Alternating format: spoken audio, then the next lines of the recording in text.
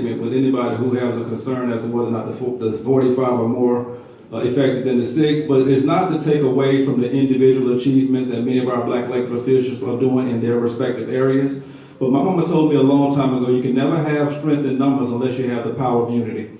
And the biggest issue we have is that we're just not working enough together to make our prosperity a team sport. So that's the issue I have with black. Now, one thing we have to do, no matter where we are, whether we're a consumer or we are an elected official making policy decisions, we have to be very, very careful that we ourselves are not buying into the negative racial stereotypes. Case in point, she mentioned that I work and I advocate for minority contractors, mostly black contractors, here in Broward County, actually throughout South Florida. And there's a conversation we were having at a municipality where there's a staff person who said, well, we want to do more business with black people, or with minority people, is what they said at the time. But they cost too much. They price gouge us. That's what the word they use. They price gouge us. And so obviously my black man inside got a little nervous with that conversation because I know a little bit better. But here's one thing I want you all to think about. So yes, sometimes the prices of our goods and services are a little bit higher, but let me just explain to you all, be careful now. Because sometimes it costs us more to get the stuff that we sell y'all. So in one particular procurement, there was a construction project where, to make everything fair, they told you exactly what SKU numbers and what manufacturers to buy materials from. That way everybody can go to that same place and bid. They looked at all the bids. Brian, I want to do business with a black contractor, but your black contractors are 25-30% higher in price. How is that possible? They're not paying 25-30% more in labor. They're not taking a 25-30% more in profit and overhead. How? It must be materials. Look at what we found, y'all. Those manufacturers had given 25% discount to their white friends. And they justified it by saying, well, we do business with them all the time. That's a bulk discount. So here you and I go, because they told us to go to them, and our prices are 25% higher naturally, without us even knowing it. So be careful not to buy into those racially charged stereotypes about our people. There might be something behind it. How do we change the mindset? First, love yourself. Let's love us a little bit more than we do. You know, there were a couple of occasions where I almost threw a couple of people out of my car because they made the statement that black people don't know how to do business. And I got real angry. I said, you don't say that in front of my kids.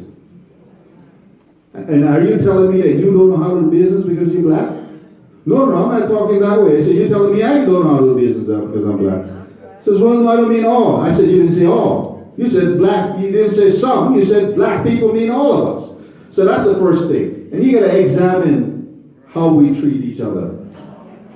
When you go into black business and you don't feel something is right, and even if you see something that you got good service, but there's something that could improve, talk to them, counsel them, encourage them, build them up. That's showing love for yourself. Then examine yourself. Who is your lawyer? Do you have to go get a Jew lawyer? Who's your accountant? There are a whole bunch of those. Who's your doctor? Who is your insurance agent? A whole bunch of them out there. They have to search too hard to find those. Who's your real estate agent? Who does the construction work on your house? That's very easy.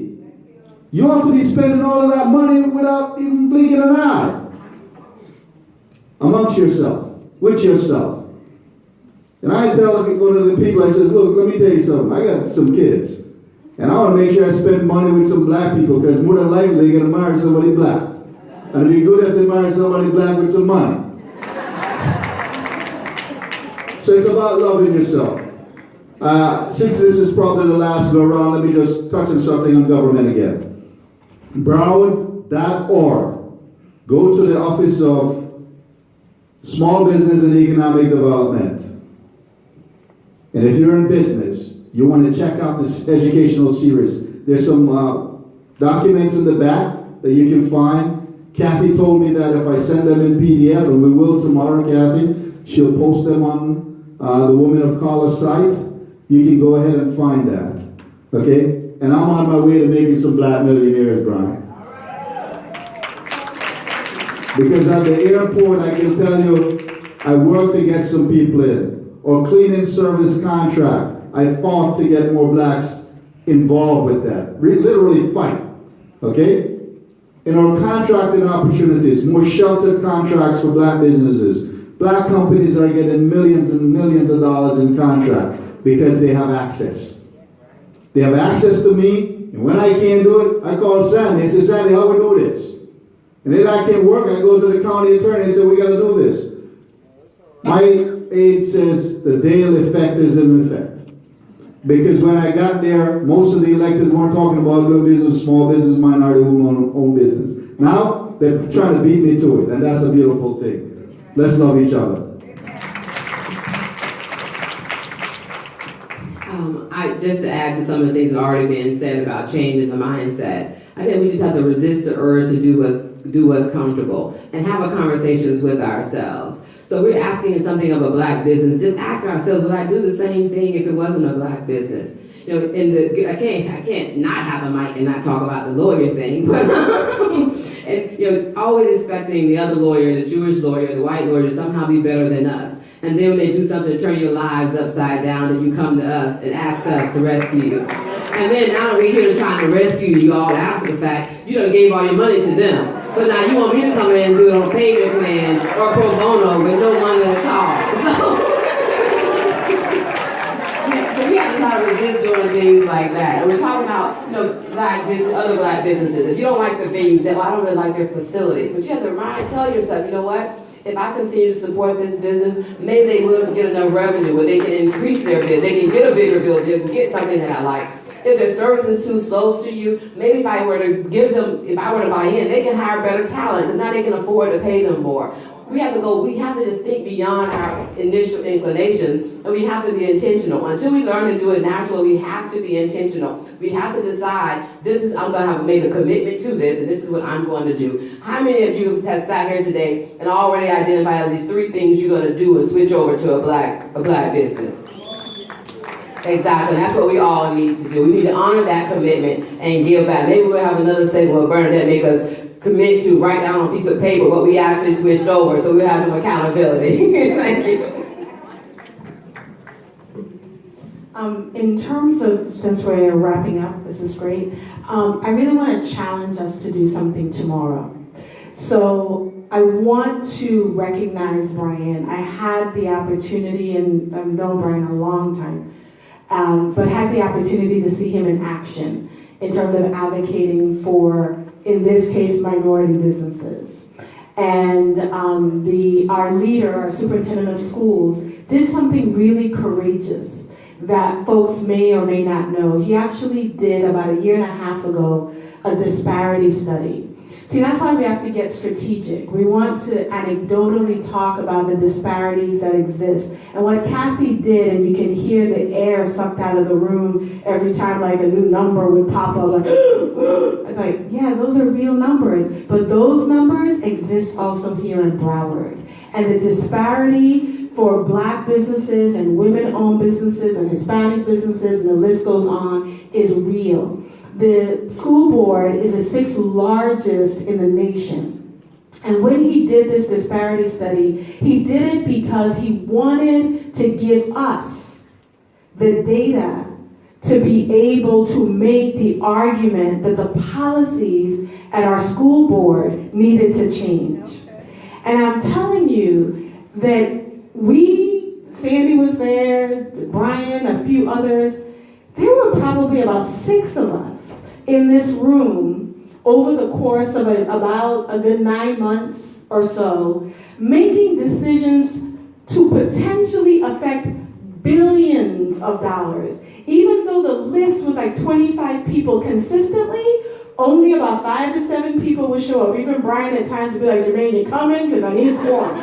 You know, kind of thing. This was real. But I would say in the room, I said, we are here making these decisions to get before the school board, and we're only about 7 people. And we're deep in this room right now. Tomorrow, so we've sat at workshops, we've listened, we have advocated. tomorrow it goes before the school board for a decision. Whether or not the school board members will approve the policies that will change, dramatically change the opportunities that can exist for you, professional services, construction services, and commodities. You know, Brian would always say, you know how much toilet paper these people buy? And I'm like, man, we should get into that business, you know? But what we did together as a community was challenge the system. Our superintendent of schools gave us the tools, gave us a process. And tomorrow it goes before the school board. And I would want to think, how many of you knew that? Okay, very few. That's okay, because guess what? How many of you know now? On tomorrow at 10:30 in the morning, it probably will hit agenda by noon, hopefully, noon. Your 9 school board members will make a landmark change to the tools that will now be available in the supplier diversity program. You can send an email, because I sent some today too, good point. You can send an email to your school board members, letting them know, all of them, and put all of them on the one email, letting them know that you are watching. Because right now, I believe that they think it's only about 5 to 7 people who really care. And billions of dollars are going through the door right now on the bond. And guess what? Those tools are not there and available at, some are. I don't want to give that impression, some are. But this is what you can do. You can, one, send an email tonight. Go to the school board website, get all the email addresses, send an email, let them know. If you go to the agenda item, you can actually read it for yourself so that you can create your own position. You don't have to listen to what we say. Office of Supplier Diversity, the Supplier Diversity Program. Go to that agenda, you can read through it. These are legally defensible tools. Because he was smart that way also, because he knew that people would come after him related to the fact whether or not these tools would be legally defensible. And he brought in consultants that knew what they were doing. Superintendent Runcie, we should all send him a thank you. Because at the end of the day, what he sat through in some of those workshops, I said to him all the time, I could not do what you do. We should be thanking him for this, because at the end of the day, of those opportunities. So send an email. You can go tomorrow at 10:30, hang out with us until it comes up, make a public comment, let them know that whether or not you have a business today or a business tomorrow, whether or not it's for your children or so forth, you have the opportunity on the 6th largest school district. How many billions of dollars? We have at stake tomorrow between 13 and 25% of $900 million of construction. And that's just on the school board bonds, right? So you know we passed the bond last year. And the superintendent, it was very intentional. He chose construction, consulting, professional services, and commodities specifically because he knew a lot of that money was going to be spent in those 4 areas. And so the time is now. The opportunity is clear. When we had the need for this was because from 2008 and 2013, watch this, y'all, only because of discrimination, for no other reason, 78% of all the dollars spent went to white men, period. Everybody else had to fight for 22%. Right, and that's only discrimination. The loss to black businesses only, just black businesses for 5 years when they really weren't doing a whole lot of business, was $74.1 million in opportunities.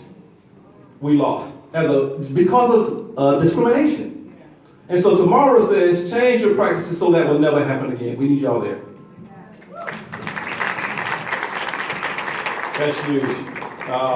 Get engaged, that's one thing. From a mindset perspective,